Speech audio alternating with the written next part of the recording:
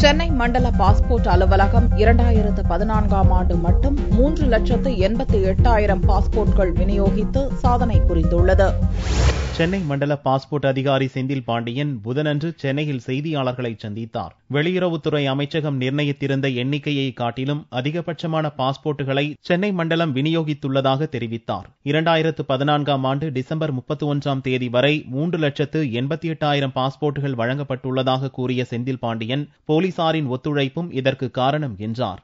இந்த வருஷம் அதாவது 2014 வெளியுறவுத்துறை அமைச்சகம் எங்களுக்கு டார்கெட் செட் பண்ணது 3,83,000 பாஸ்போர்ட் இஷ்யூ பண்ணணும் அப்படின்னு சொல்லிட்டு இதை பெருமையோட சக்சஸ்ஃபுல்லா நாங்க கம்ப்ளீட் பண்ணி டார்கெட் அச்சீவ் பண்ணி 3,83,000க்கு மேல அதாவது 3,88,000 பாஸ்போர்ட் இன்னைக்கோட நாங்க இஷ்யூ பண்ணியிருக்கோம்.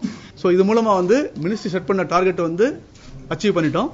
இதுக்கு மூல காரணங்கள் பாத்தீங்கன்னா மெயின்லி போலீஸ் வெரிஃபிகேஷன் டைம் அது கம்ப்ளீட்டா ரெடியூஸ் ஆயிடுச்சு. தொடர்ந்து பாஸ்போர்ட் மேளாக்கள் நடத்தி பொதுமக்களின் குறைபாடுகள் களையப்படும் என்றும் செந்தில் பாண்டியன் தெரிவித்தார்.